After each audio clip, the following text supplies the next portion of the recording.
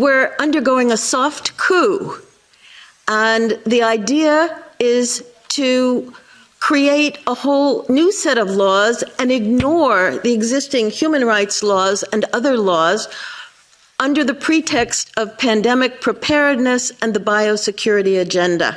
The WHO is developing through all its nations, but with the WHO Directorate in the United States in charge, a pandemic treaty and amendments to the existing international health regulations that will remove the human rights protections currently embedded in the IHRs, will enforce surveillance, censorship, get rid of freedom of speech, require governments to censor and only push a single narrative.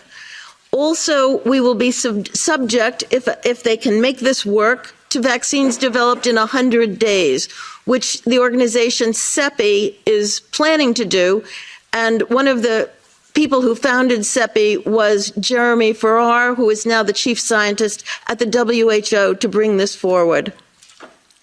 Other things that the amendments do is to bind the states so they're no longer recommendations but enforceable edicts, provide a liability shield, get rid of intellectual property rights, move supplies from one country to another, enforce digital passports, and the Director General of WHO can demand that a pandemic or a potential pandemic exists. He can just declare it with no standards, and then countries around the world will have to obey. Also, the WHO will tell you what drugs you can and can't use in your nation once a pandemic is declared. Obviously, the budget will increase. One Health is another part of this.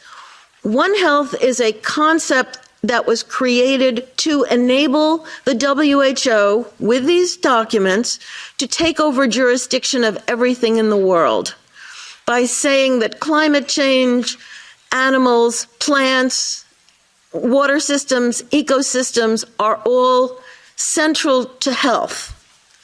Also embedded in this concept is a peculiar notion that humans are no longer of greater value than